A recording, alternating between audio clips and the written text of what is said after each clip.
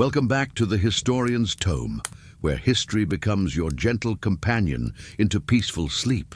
I'm here with you tonight to explore the vast tapestry of medieval Europe, from the fall of Rome to the dawn of the Renaissance. Whether you're watching from a cozy bedroom in London, a quiet apartment in New York, or anywhere else around the world, I hope this journey through 1,000 years of European history will carry you gently into restful dreams. Before we begin our medieval voyage, please take a moment to like this video if you enjoy falling asleep to history, and subscribe to the Historian's Tome for more peaceful historical journeys. Now let yourself settle comfortably, close your eyes, and let the distant echoes of medieval Europe guide you towards sleep. The year is 476 CE, and the last Roman emperor in the West, Romulus Augustulus, has been deposed.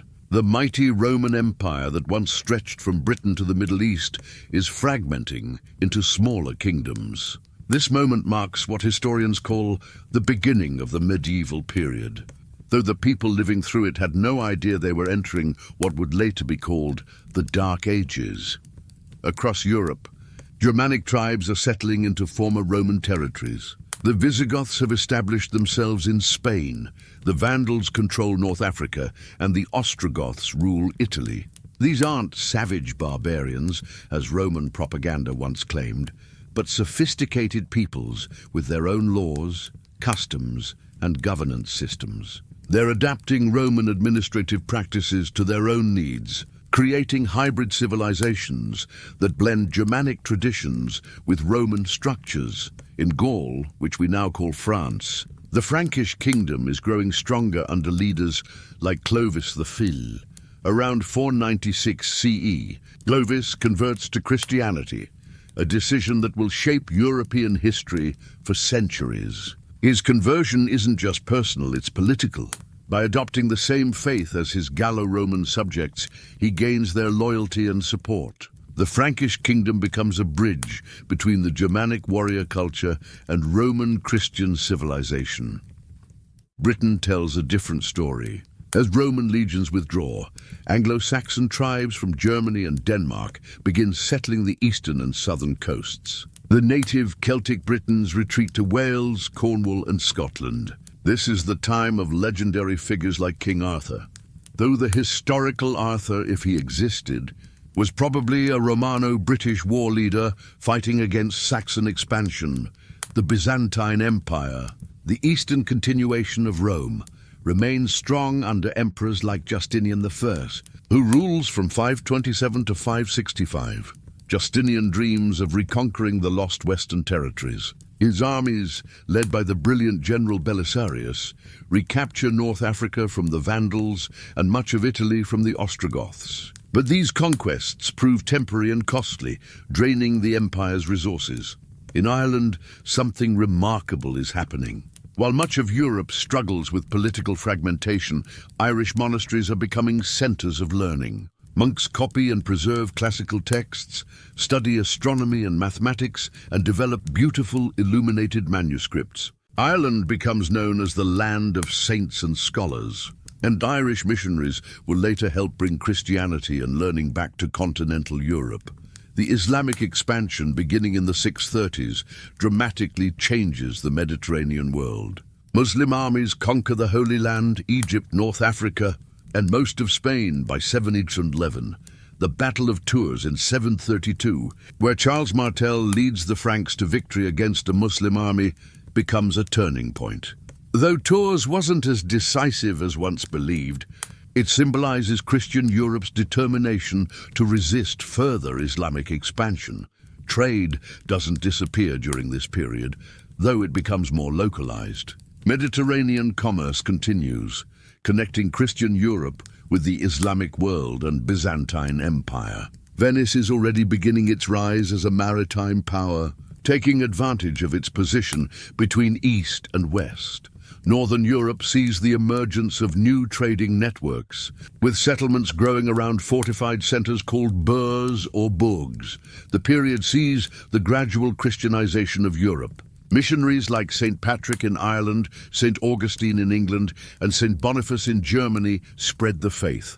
Monasteries become not just religious centers, but also repositories of knowledge, hospitals for the sick and schools for the young. The Rule of Saint Benedict, written around 530, provides guidelines for monastic life that will influence European culture for centuries.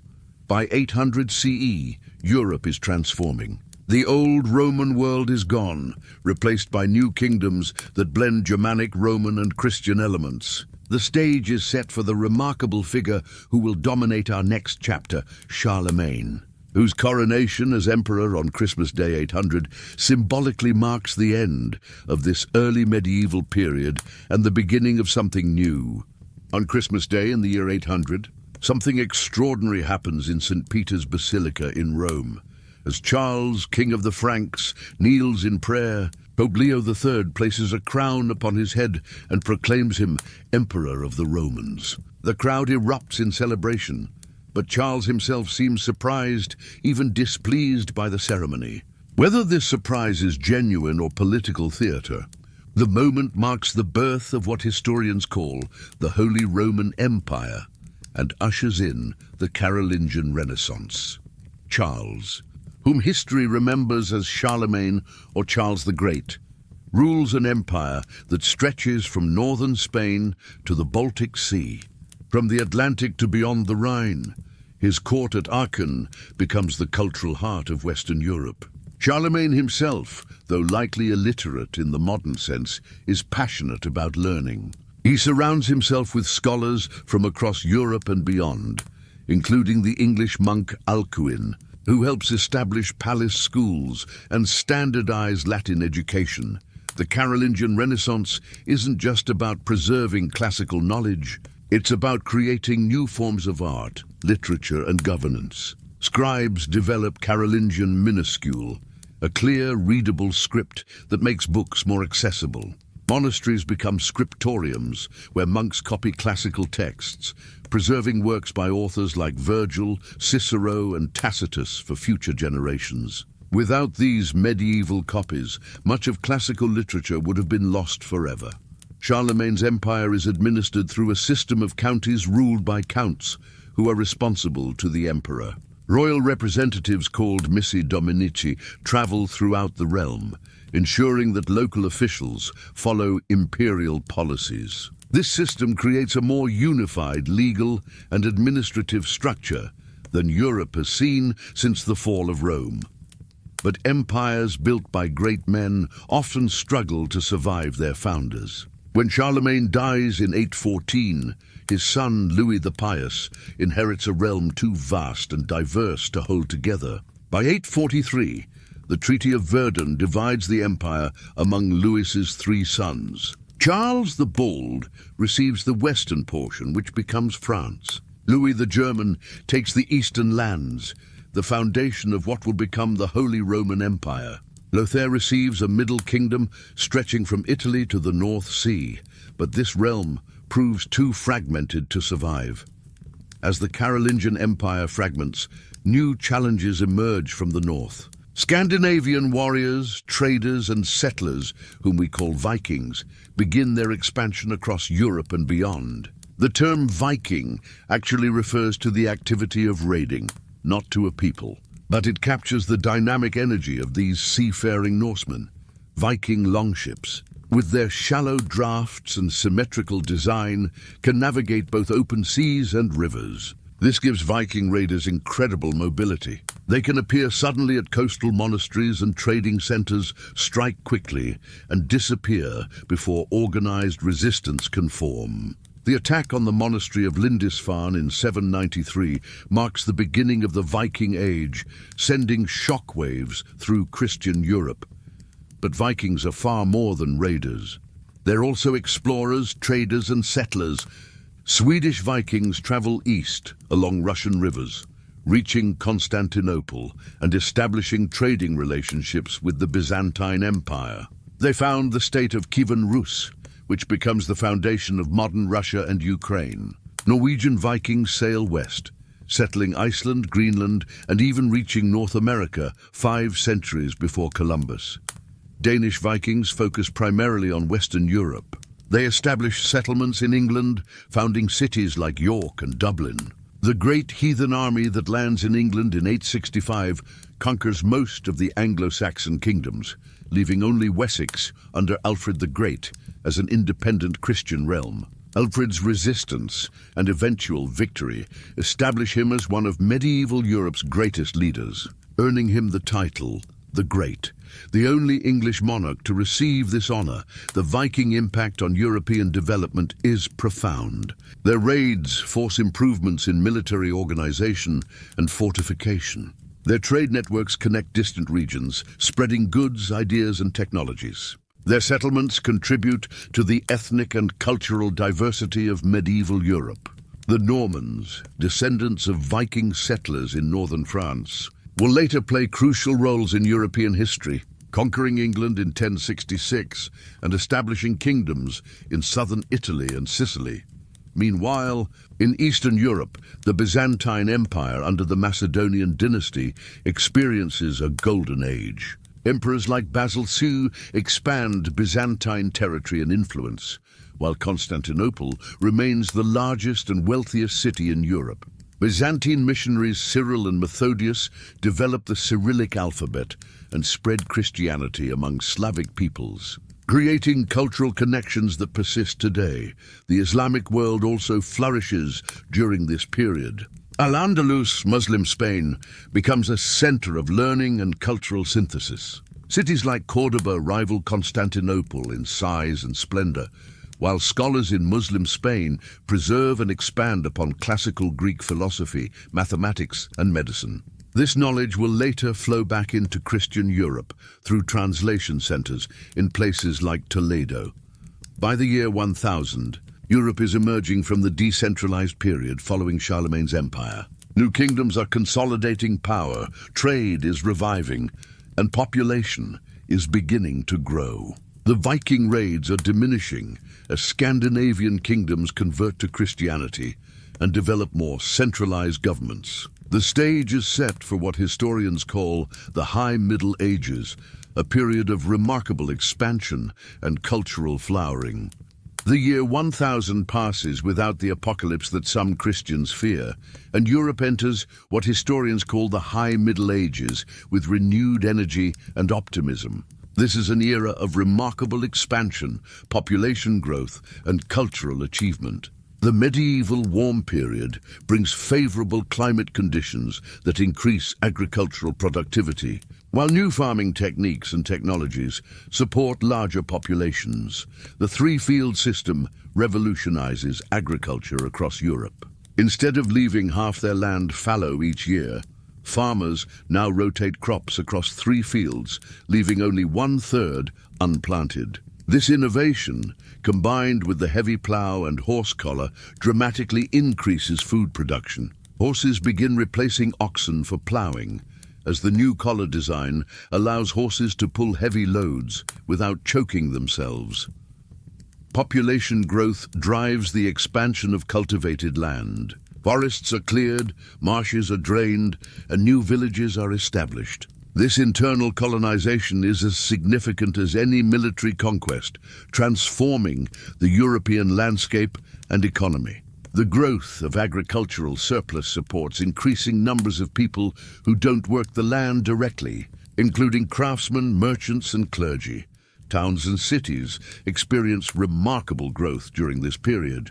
Urban centers like Paris, London, Venice, and Cologne expand rapidly, driven by increasing trade and specialized crafts. The guild system develops to regulate various trades and professions. Guilds control everything from bread making to goldsmithing, setting quality standards, training apprentices, and providing social support for their members.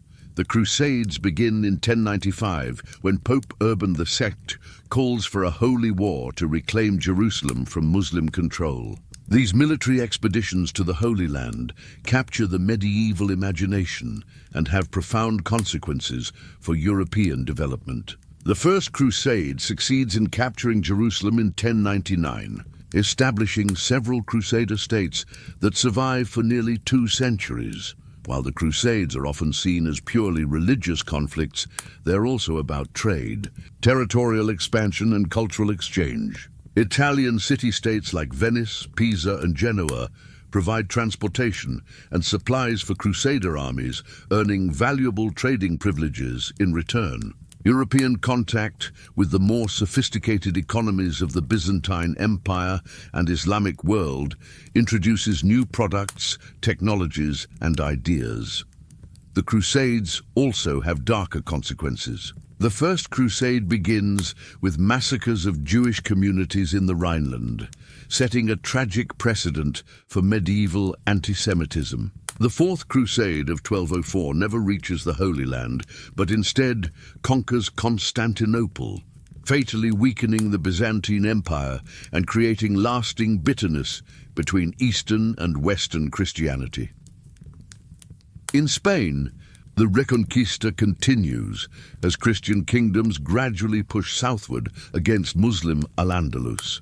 The Battle of Las Navas de Tolosa in 1212 marks a turning point after which Muslim power in Spain steadily declines. The Christian conquest creates a complex society where Muslims, Christians, and Jews live together. Though tensions and persecution increase over time, the 12th and 13th centuries witness an intellectual renaissance that rivals the cultural achievements of the Carolingian period. Cathedral schools evolve into universities, with Bologna specializing in law, Paris in theology and philosophy, and Oxford following Paris's model. These institutions create a new class of educated professionals and develop standardized curricula that spread throughout Europe. The rediscovery of Aristotle's works, preserved in Arabic translations and commentaries, revolutionizes European thought. Scholars like Thomas Aquinas work to reconcile Aristotelian philosophy with Christian doctrine, creating the synthesis known as scholasticism. This intellectual movement seeks to apply reason and logic to religious questions, laying foundations for later scientific and philosophical developments. Gothic architecture emerges during this period, transforming the European skyline with soaring cathedrals like Notre-Dame de Paris, Chartres, and Canterbury. The Gothic style uses pointed arches, flying buttresses, and ribbed vaults to create buildings of unprecedented height and lightness. These cathedrals aren't just religious centers, but also community gathering places, schools, and symbols of civic pride.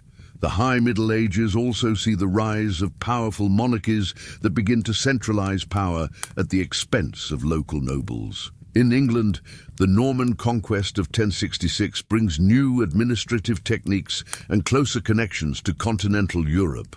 Kings like Henry II develop sophisticated legal and administrative systems, while the signing of Magna Carta in 1215 establishes principles that limit royal power. France, under kings like Philip Augustus and Louis IX, Saint Louis, becomes the strongest power in Western Europe. The Capetian dynasty gradually expands royal control from the area around Paris to encompass most of modern France. The French monarchy's conflict with England over continental territories leads to centuries of warfare and helps forge national identities in both kingdoms. The Holy Roman Empire, despite its impressive title, struggles with the fundamental problem of governing a vast, diverse territory without adequate transportation or communication systems. Emperors like Frederick Barbarossa and Frederick II achieve great prestige, but cannot create lasting unity in Germany and Italy. The empire becomes increasingly decentralized, with power shifting to territorial princes and autonomous cities.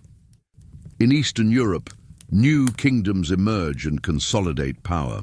Poland under the Piast dynasty, Hungary under the Arpads, and Bohemia under the Przemyslids all develop into significant European powers. The conversion of these lands to Christianity integrates them into the broader European cultural sphere while allowing them to maintain distinctive traditions. The expansion of European influence isn't limited to internal development. Italian merchants establish trading posts throughout the Mediterranean and even reach India and China. The Mongol Empire, though initially threatening, ultimately facilitates trade and cultural exchange between East and West. Marco Polo's journey to China, though perhaps embellished, symbolizes the expanding horizons of medieval Europeans. By 1250, Europe has been transformed from the fragmented, localized society of the early Middle Ages into a dynamic civilization characterized by growing populations, expanding trade networks, and increasing cultural sophistication. The foundations have been laid for the challenges and achievements of the later medieval period. The late 13th and early 14th centuries bring both triumph and crisis to medieval Europe. This period sees the height of medieval civilization in many ways, with magnificent cathedrals completed, universities flourishing, and trade networks spanning continents. Yet beneath this surface prosperity, structural problems are developing that will soon challenge the very foundations of medieval society. The papacy reaches the zenith of its temporal power under Pope Innocent IV and his successors, who claim authority over kings and emperors. The papal bull Unum Sanctum, issued by Pope Boniface VIII in 1302, declares that both spiritual and temporal authority ultimately derive from the Pope. This assertion of papal supremacy leads to direct conflict with the emerging national monarchies, particularly France under Philip IV. Known as Philip the Fair, the confrontation between Pope Boniface VIII and King Philip IV becomes one of the defining struggles of the late medieval period. When Boniface forbids Philip from taxing the French clergy, the French king responds by cutting off papal revenues from France and sending agents to arrest the Pope. Though Boniface escapes arrest, he dies shortly after, and his successor moves the papal court from Rome to Avignon in 1309, beginning what becomes known as the Babylonian captivity of the papacy. The Avignon papacy lasts from 1309 to 1377, during which 7 popes rule from France rather than Rome. This situation damages papal prestige and creates the perception that the papacy has become a tool of French foreign policy. When Pope Gregory V finally returns to Rome in 1377, his death leads to the Great Western Schism, with rival popes elected in Rome and Avignon, each claiming to be the true successor of St. Peter. Meanwhile, the expansion of royal power continues across Europe. In England, Edward V's conquest of Wales and his attempts to subdue Scotland demonstrate the growing ambitions of national monarchies. The Scottish Wars of Independence, led by figures like William Wallace and Robert the Bruce, show that even smaller nations can resist imperial expansion when fighting for their homeland. France, under Philip the Fair, develops sophisticated administrative and financial systems that become models for other European kingdoms. The establishment of the Estates General in 1302 creates a new form of representative assembly, though real power remains with the king and his bureaucrats. Philip's suppression of the Knights Templar between 1307 and 1314, motivated largely by his desire for their wealth, demonstrates both the power of the monarchy and the declining influence of the military orders. The economy of high medieval Europe begins showing signs of strain by the early 14th century. Population growth has pushed agricultural production to its limits using existing technology. Many regions are supporting as many people as the land can sustain, creating what historians call a Malthusian crisis. Poor harvests in the early 14th century lead to widespread famine, with the Great Famine of 1315-1322 killing millions across northern Europe. Climate change contributes to these difficulties as the medieval warm period ends and the Little Ice Age begins. Colder, wetter weather reduces crop yields and makes life more difficult for peasants who live close to subsistence level.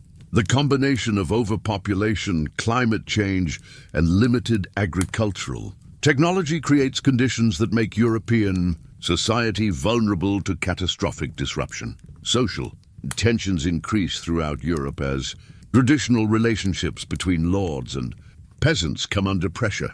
The growth of the money economy undermines feudal relationships based on land and personal loyalty. Peasants increasingly pay rent in money rather than providing labor service, while lords convert their estates to commercial agriculture or hire wage laborers. These changes create both opportunities and insecurities for people at all levels of society.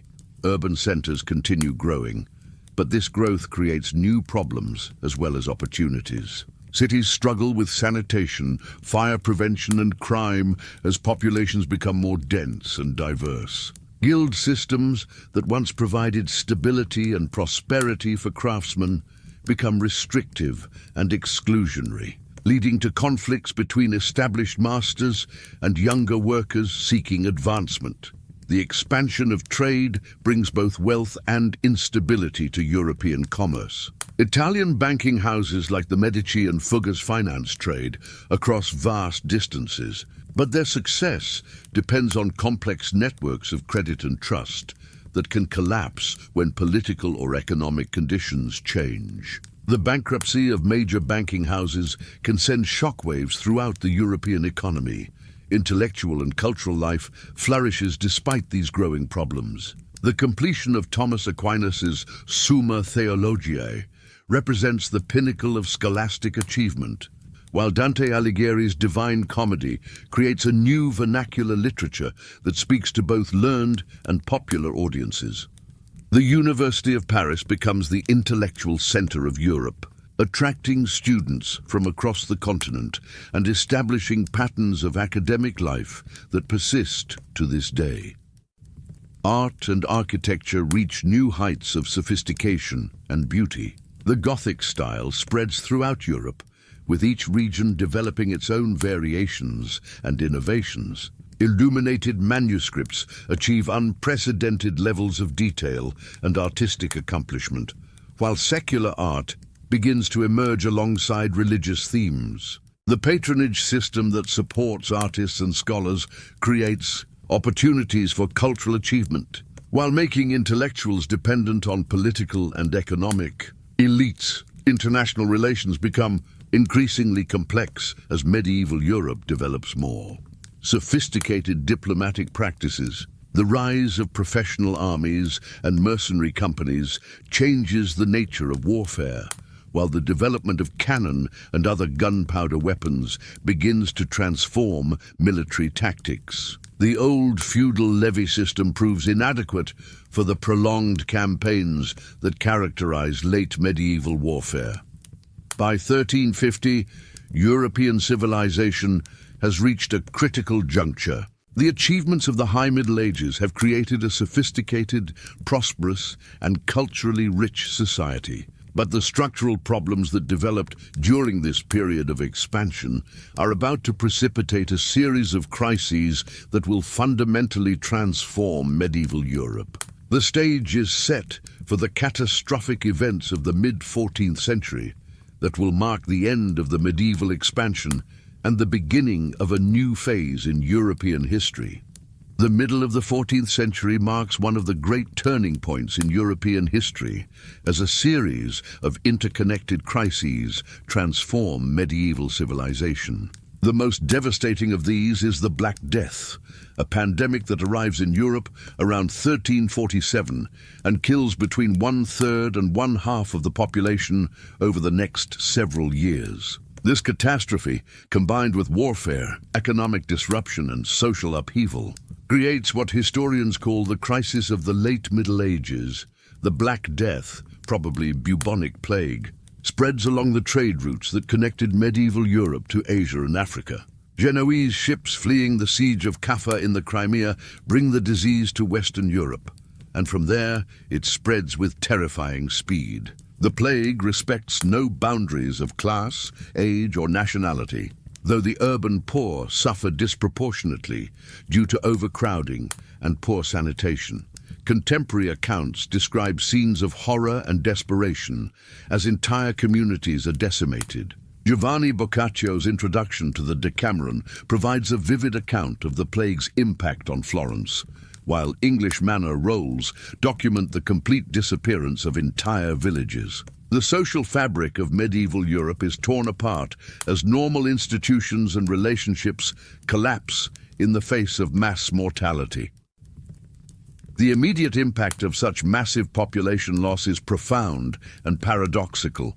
While the Black Death causes unprecedented suffering, it also creates opportunities for survivors. The scarcity of labor gives peasants and workers unprecedented bargaining power, leading to higher wages and improved living conditions for many who survive. Land becomes more available, and social mobility increases as traditional hierarchies are disrupted. These changes provoke fierce resistance from established elites who see their privileges threatened. Governments across Europe attempt to freeze wages and prices at pre-plague levels through legislation like England's Statute of Labourers. But market forces prove stronger than legal restrictions. The result is widespread social tension and, in many cases, open revolt. The English Peasants' Revolt of 1381 represents the most dramatic expression of these tensions. Led by figures like Wat Tyler and inspired by the preaching of John Ball, English peasants march on London, demanding an end to serfdom and the privileges of the nobility. Though the revolt is ultimately suppressed and its leaders executed, it demonstrates that the old social order can no longer be taken for granted. Similar uprisings occur throughout Europe. The Jacquerie in France, the Chompy Revolt in Florence, and various urban rebellions in the Low Countries all reflect the same underlying tensions between traditional authority and the new realities created by demographic and economic change. While most of these revolts fail in their immediate objectives, they contribute to the long-term transformation of European society. The 100 Years' War between England and France, beginning in 1337, provides another source of instability and transformation. This conflict, which actually lasts more than a century, begins as a feudal dispute over English claims to French territory, but evolves into something approaching modern national warfare. The war sees significant innovations in military technology and tactics, including the effective use of gunpowder weapons and the decline of heavy cavalry. The English victories at Crécy, Poitiers, and Agincourt demonstrate the effectiveness of new military technologies and tactics, particularly the longbow and combined arms formations. However, these tactical successes cannot overcome the fundamental disparity in resources between England and France. The French eventual victory, symbolized by Joan of Arc's campaigns and the final expulsion of English forces, helps establish France as the dominant power in Western Europe. The war's impact extends far beyond military matters. The financial demands of prolonged warfare force both English and French monarchs to develop new methods of taxation and administration, contributing to the growth of royal bureaucracies and the decline of feudal governance. The war also stimulates the development of national consciousness in both countries, as propaganda and military service create new forms of political identity. The Great Western Schism, lasting from 1378 to 1417, further undermines the unity of medieval Christendom. With rival popes in Rome and Avignon, and later a third claimant in Pisa, the institutional authority of the Catholic Church is severely damaged. The Council of Constance, which finally resolves the schism in 1417, establishes the principle that church councils have authority over popes, fundamentally challenging traditional papal supremacy.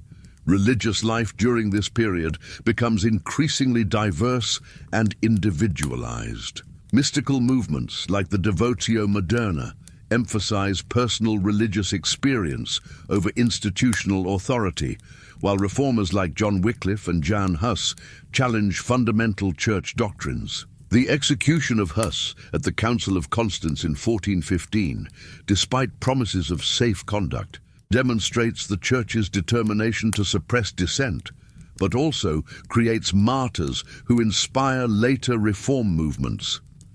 The economy of late medieval Europe undergoes significant transformation as well. The population decline caused by the Black Death disrupts traditional patterns of production and exchange.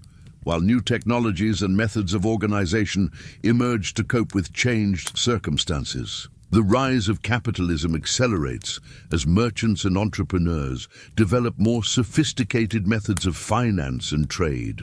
Italian city-states like Venice, Florence, and Genoa reach the height of their power and prosperity during this period, despite periodic setbacks. These urban republics develop banking, insurance, and accounting methods that facilitate long-distance trade and become models for commercial development throughout Europe. The Medici Bank, in particular, becomes one of the most powerful financial institutions in Europe, with branches from London to Constantinople. The Hanseatic League dominates trade in northern Europe, connecting cities from London to Novgorod in a commercial network that transcends national boundaries. The League's power demonstrates the growing importance of merchants and urban interests in European politics, while its eventual decline reflects the increasing power of national monarchies. Cultural and intellectual life during the late Middle Ages reflects both the disruption of traditional certainties and the emergence of new forms of expression. The rise of vernacular literature, exemplified by works like Chaucer's Canterbury Tales and Christine de Pizan's writings, demonstrates the growing confidence and sophistication of European languages and cultures. The early stirrings of what will become the Renaissance are visible in the works of artists like Giotto and writers like Petrarch, who begin to develop new approaches to representing human experience and emotion. Universities continue to grow and develop, while the invention of printing with movable type by Johannes Gutenberg around 1450 revolutionizes the production and distribution of knowledge.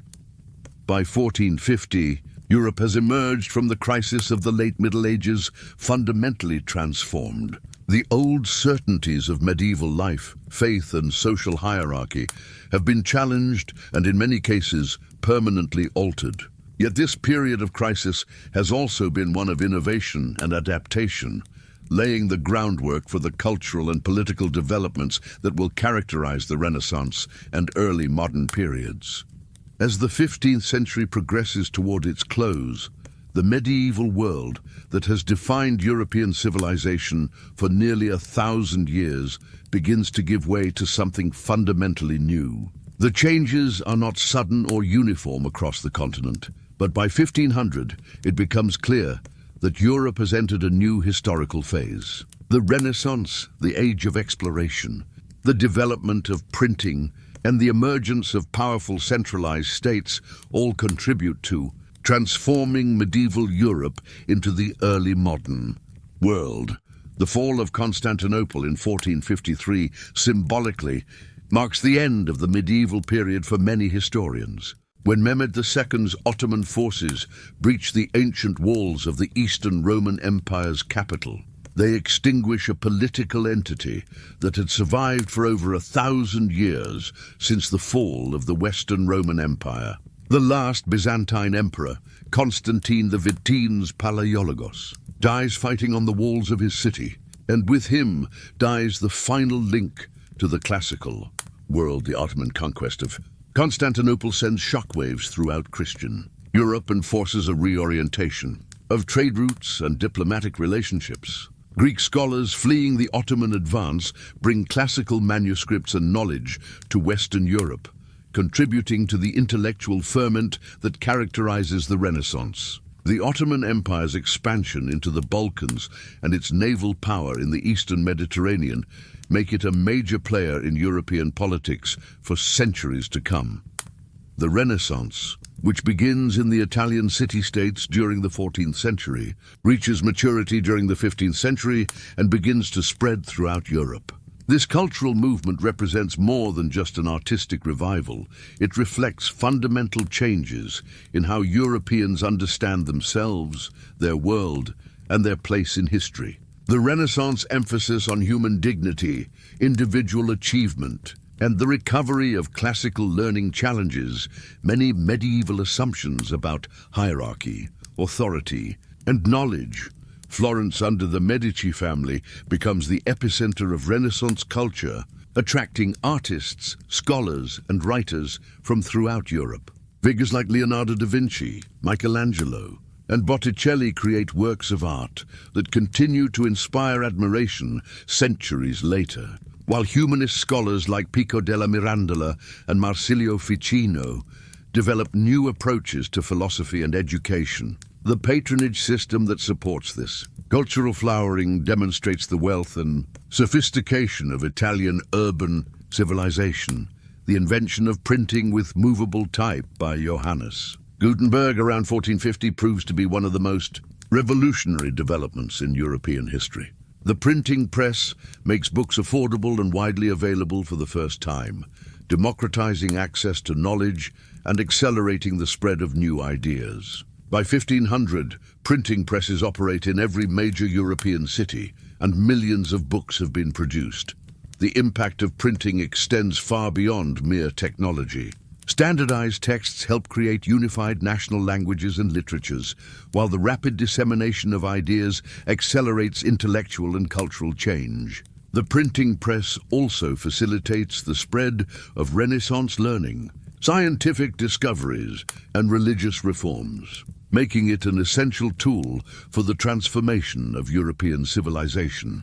The age of exploration begins in earnest during the 15th century as European navigators, primarily Portuguese and Spanish, venture into previously unknown oceans and discover new lands. Prince Henry the Navigator's patronage of exploration along the African coast leads to the rounding of the Cape of Good Hope by Bartolomeo Dias in 1488 and Vasco da Gama's voyage to India in 1498.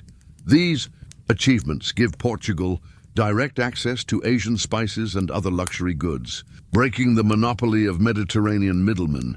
Christopher Columbus's voyage of 1492, sponsored by the Spanish crown, opens the Americas to European exploration and colonization. Though Columbus dies believing he has found a western route to Asia, his voyages initiate a process of contact, conquest, and exchange that permanently alters both European and American civilizations. The discovery of vast quantities of silver and gold in the Americas will soon transform the European economy and contribute to the rise of Spain as the dominant European power.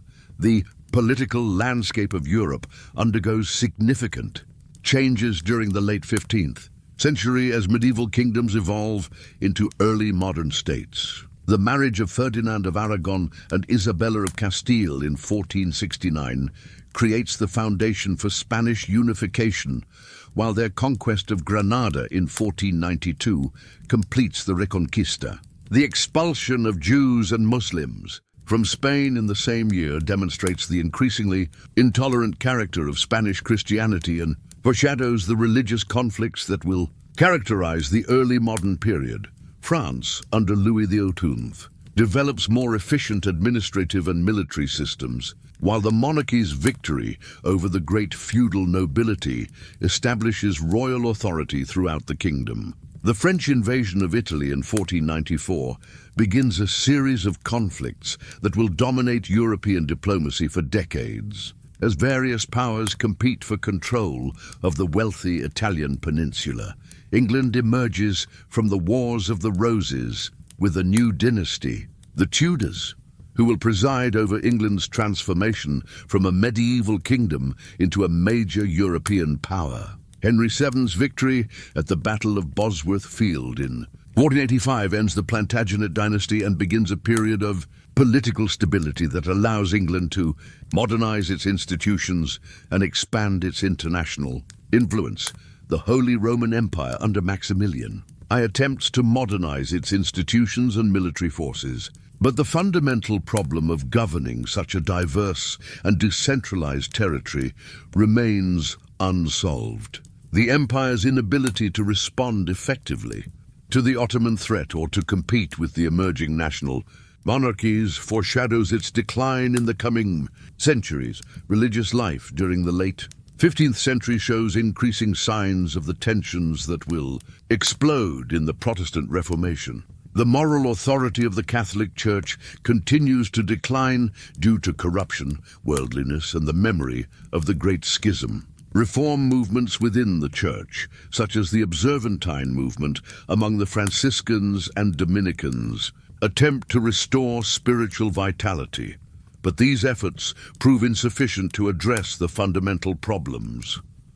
The rise of Christian humanism, exemplified by scholars like Erasmus of Rotterdam, represents an attempt to reform Christianity through education and moral renewal rather than institutional change. Erasmus's criticism of clerical corruption and his emphasis on simple, practical Christianity appeal to educated Europeans who desire religious reform without doctrinal revolution.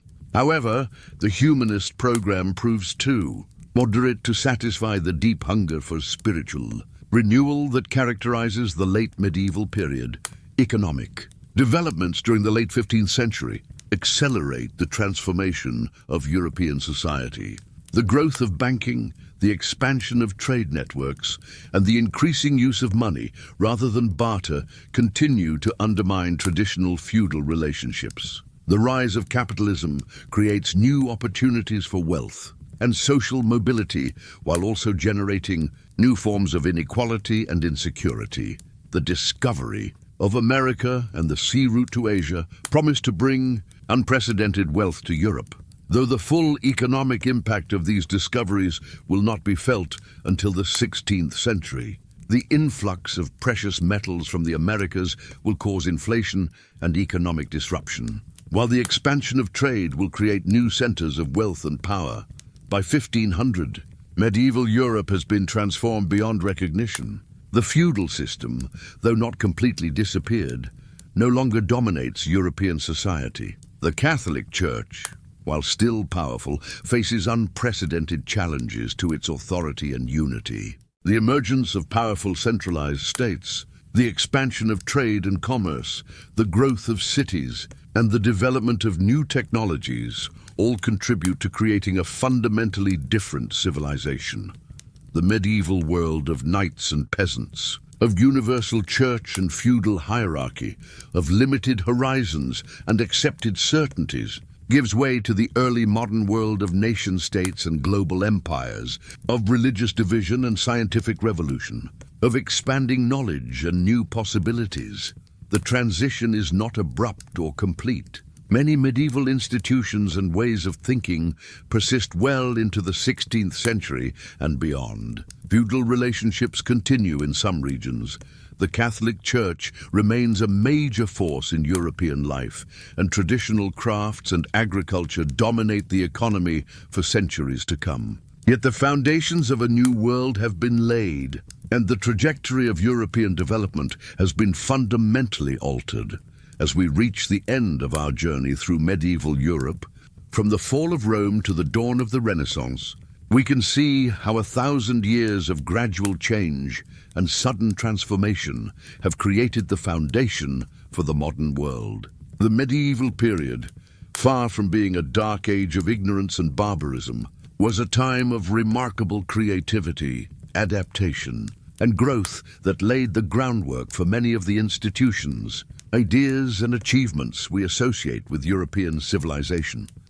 The legacy of medieval Europe lives on in our languages, our laws, our universities, our cities, and our cultural traditions. The Gothic cathedrals that still dominate European skylines, the parliamentary institutions that govern modern democracies, the universities where knowledge is pursued and transmitted, and the legal systems that protect individual rights all trace their origins to the medieval period. As you drift off to sleep, let your mind wander through the centuries we have explored together. Picture the monks in their scriptoriums preserving the wisdom of the ancient world, the merchants traveling dangerous roads to distant markets, the craftsmen in their workshops creating objects of beauty and utility, the scholars in the first universities debating the great questions of existence, and the countless ordinary people who lived, loved, worked, and dreamed in the 1,000 years that we call the Middle Ages. Medieval Europe was a world of profound faith and terrible violence, of breathtaking beauty and grinding poverty, of remarkable achievement and devastating catastrophe. It was, above all, a world of human beings, trying to make sense of their existence and create meaning in their lives, just as we do today. In understanding their struggles and achievements, we better understand our own place in the long sweep of human history.